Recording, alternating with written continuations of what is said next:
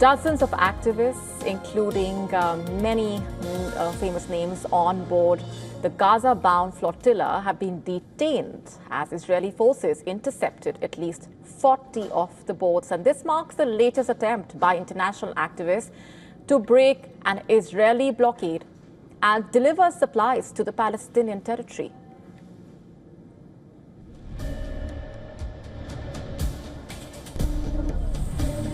Nearly 40 boats captured, activists from 47 countries detained and will be deported. Humanitarian aid barred from reaching those who need it the most. The humanitarian mission was non-violent and abiding by international law.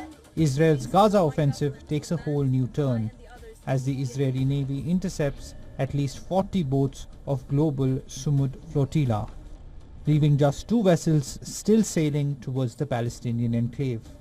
According to AIS data, one of the boats, titled Mikeno, sailing under the French flag, may have entered Palestinian territorial waters, breaking the Israeli siege. Another is still sailing and connected via Starlink. It carries a total of 6 passengers on board. The Israel Foreign Ministry says the Hamas-Sumud provocation is officially over. Gaza aid flotilla vessels intercepted about 70 nautical miles off the Gaza coast. Among the passengers are Swedish climate campaigner Greta Thunberg. While on board flotilla, passengers faced Israeli aggression, with forces seen spraying water on passengers. The activists and several international organizations call Israel's naval blockade illegal, with international law stating that blockades during wartime cannot and should not lead to humanitarian crisis. My name is Viva Butterly, and I'm on board the Shireen, which is a legal support or legal observer boat. We are presently quite far away from the remaining 2 vessels that have yet to be intercepted by the Israeli Navy, but we are receiving word of our over 500 colleagues and participants in this flotilla in Israeli custody for detention. The incident has drawn global condemnation from leaders worldwide. Italian Prime Minister Giorgia Meloni criticized Gaza flotilla, with 22 Italians detained by Israel. As you know, the boarding operations are still ongoing. We are obviously following them minute by minute. Last night, the Foreign Ministry's crisis unit was also in contact with the lawyers of some of those on board. And of course, we will do everything we can to ensure that these people can return to Italy as soon as possible. That said, I still believe that none of this is of any benefit to the Palestinian people.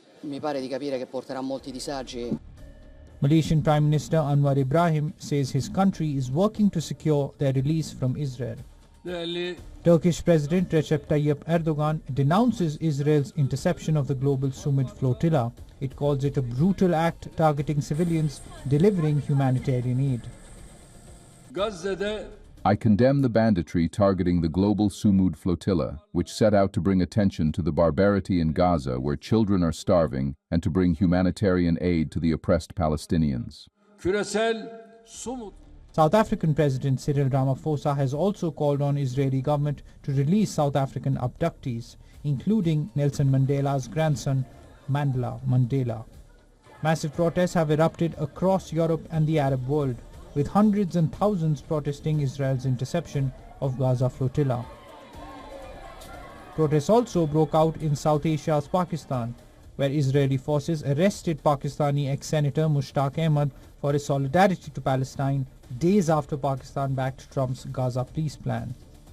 Israel continues to pound Gaza, and Hamas is yet to respond to Trump's peace plan. As the war nears 2 years, the big question is, when will the humanitarian crisis end? Bureau Report WION World is One.